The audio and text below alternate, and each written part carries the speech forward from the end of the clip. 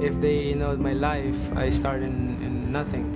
I came to Wildcard Gym and I met Freddie. Freddie was young. Who myth-wise that you ever been? The hardest, but as far as like speed, Tyson, yeah, Tyson's it. Okay. Words coming out from Freddie was just go, enjoy, and be relaxed all the time. There is footage from years ago where a reporter asked Manny Pacquiao what made Freddie Roach different from other trainers. Pacquiao did not hesitate. He did not search for the right words. He simply said, "Freddie sees the fight before it happens. He knows what I need before I even ask." Sparring sessions, when Freddie was there, Alex was there, Manny, when I used to spar with Manny, he never hurt me, he never put me down. These reactions were not scripted for documentaries or promotional videos. They were spoken in quiet gym corners, in locker rooms after brutal fights, and in interviews when no one was manufacturing drama. But when you collect them together, they begin to form a picture that goes beyond statistics or championship belts. This is a chance to hear how fighters talked about Freddie Roach when they were simply telling the truth. Now here in America with Freddie Roach, I love Freddie. You only do so much. You only got so much talent to work with. Different eras produced different kinds of champions, but the first reaction to Freddie Roach rarely changed. Fighters who trained with him in the 1990s said it instantly. Fighters who came to Wildcard in the 2000s repeated it without thinking. Even those who only spent a few sessions working mitts with him used almost the same words. The tone never drifted. Oscar De La Hoya. I've worked with a lot of trainers, great trainers. But Freddie could see things in the middle of a fight that nobody else saw. He'd tell me something between rounds, and I think, how does he know that? Every single time. Some fighters talked about his intensity. They said he approached every training session like it was the actual championship fight. One former contender described it simply as, "Freddie lived every round with you, felt every punch, suffered every mistake." Others focused on the precision. They mentioned how Roach's mitt work wasn't just practice, but a conversation, a surgical preparation for specific opponents. I saw guys with power before, I saw guys with speed before, but I never saw a fighter that had both like him. What made these reactions even more striking was how they came from fighters with completely different styles. Pacquiao brought explosive aggression. Cotto brought calculated pressure. Khan brought lightning speed. Yet all of them, at different moments, described Roach with the same kind of certainty. They did not talk about generic training methods first. They did not mention basic boxing technique right away.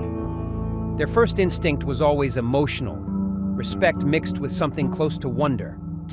Anyone who has watched Freddie Roach hold mitts understands immediately that they are witnessing something rare. His hands move with the kind of precision usually reserved for concert pianists or master surgeons. Every movement has purpose.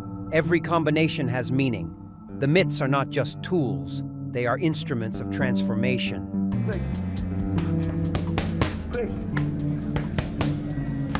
We need to fight a good fight. Fighters who trained at Wildcard talked about watching Roach work with other champions between their own sessions. They said you could tell everything about an upcoming fight just by watching his mitt routine. If Roach was drilling body shots relentlessly, the opponent had a weakness downstairs. If he was working defensive angles for weeks, the opponent was a dangerous puncher. Speed, power, explosiveness. We had a very similar style, apart from him being southpaw. And we used to love sparring each other, man. It was very competitive. The whole gym used to stop. Younger trainers who visited Wildcard often mentioned the same observation. They watched Roach hold mitts for hours, his own body absorbing the impact, his Parkinson's making it harder with each passing year. Yet, he never stopped. He never slowed down. He never cut corners. Piece of shit! Roach! Now it's personal. You, Roach. The mitt work became legendary not just for its technical brilliance, but for what it represented. It was Roach's language, his way of communicating what words could not express. Fighters said they learned more in 15 minutes on the mitts with Freddie than they did in months with other trainers. When fighters talked about Freddie Roach, the conversation eventually moved beyond mitt work and fight strategy. It shifted into something harder to measure. Roach affected people in ways that had nothing to do with winning or losing, Fighters who spent years at Wildcard said Freddie changed how they saw themselves, not just as boxers, but as professionals.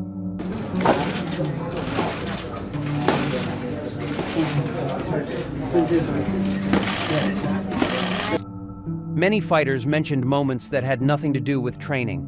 They remembered Roach staying late to watch tape with them when everyone else had gone home. They remembered him defending them in press conferences when critics attacked. They remembered him visiting them in the hospital after devastating losses, not as a trainer, but as a friend. People were anxious to see you back in the ring. Months after the fight, no big names comes through us. There was also the way Roach handled his own battle with Parkinson's disease. Fighters watched him struggle with tremors that would have ended most people's careers. They saw him refuse to quit, refuse to slow down, refuse to let the disease define him. Pacquiao. Same with Pacquiao. He would train like Pacquiao does. He will still fighting. Younger fighters often said Roach shaped their understanding of what dedication actually meant.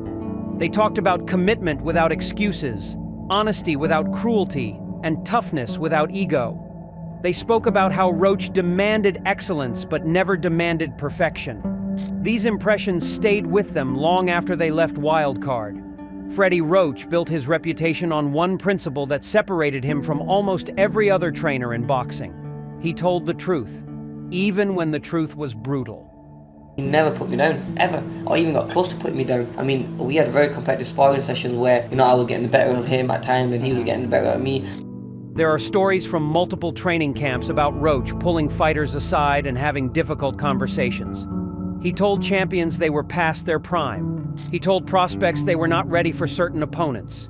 He told promoters no when they wanted yes. I love Freddie, the dude. You go through so much. You only got so much talent to work with. That honesty extended to himself. Roach spoke openly about his Parkinson's, about his limitations, about fights he wished he had coached differently. Fighters said that vulnerability made them trust him more, not less. I like him when we meet. By the mid-2000s, Freddie Roach's Parkinson's disease had become impossible to hide. His hands shook visibly during interviews. His speech slowed at times. His balance wavered. Yet he continued holding mitts, continued working corners, continued building champions. Fighters who trained with him during this period said it changed how they viewed their own obstacles. Freddie can make me finish my career in the best way possible. I know here, with all the knowledge Freddie has, I can do it. There were moments when the disease created genuine concern. Fighters talked about sessions where Roach's tremors were so severe they worried he might get hurt. But Roach refused to step back. He adapted. He found new ways to hold mitts. He modified his training methods. He kept moving forward. With the speed and the power, and just for a little guy, he weighed 122 pounds back then. Medical experts who studied Roach's case noted something unusual. His Parkinson's symptoms often improved during training sessions. The focus, the physical activity, the mental engagement seemed to slow the disease's progression. Roach joked that boxing was keeping him alive. Fighters believed it was true.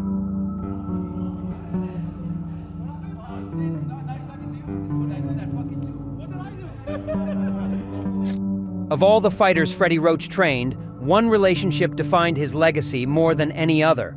The bond between Roach and Manny Pacquiao became boxing's most successful trainer-fighter partnership in modern history. But beyond the 8 division championships and legendary fights, there was something deeper.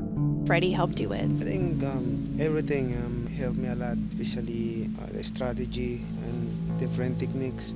Their partnership began in 2001 when Pacquiao was a relatively unknown junior lightweight. Roach saw something others missed. He saw not just talent, but the potential for greatness that could transcend weight classes. And Manny Pacquiao will identify what he set in the trap, and he won't fall for it. I mean, Over the next decade and a half, they created one of boxing's most dominant runs. Pacquiao's explosive aggression combined with Roach's tactical brilliance produced victories that seemed impossible. Fighters who watched them work together said it looked like telepathy. We decided to do it. We decided to make changes in our career, in our group, and that was Freddie. But the relationship went beyond boxing strategy. When Pacquiao entered politics in the Philippines, Roach supported him. When Roach's Parkinson's worsened, Pacquiao stayed loyal. When critics questioned whether their partnership should end, both men refused to consider it. Actually, I'm not blaming my dad. It's good for us that Wildcard Boxing Gym in Los Angeles became more than just a training facility.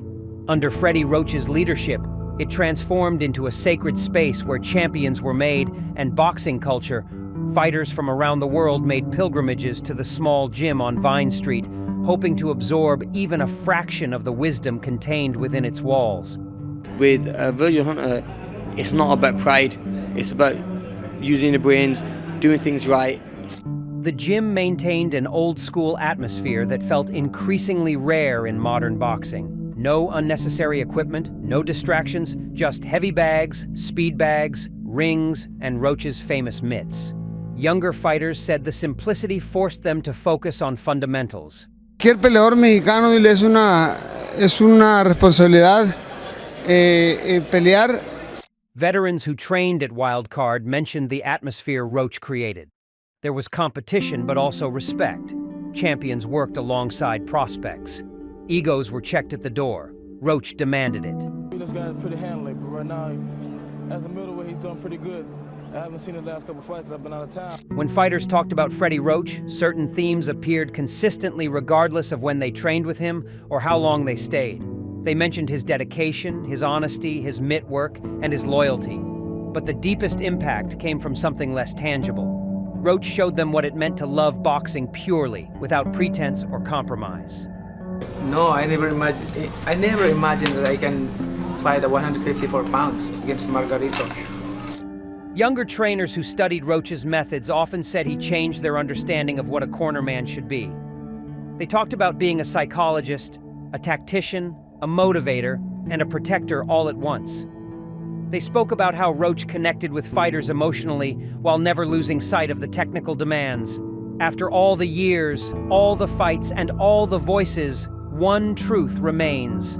The consistency in their reactions is what places Freddie Roach where he still stands today, among the greatest trainers who ever lived and among the greatest men boxing has ever known. If you enjoyed hearing how fighters truly felt about Freddie Roach, subscribe for more untold stories from boxing's greatest legends.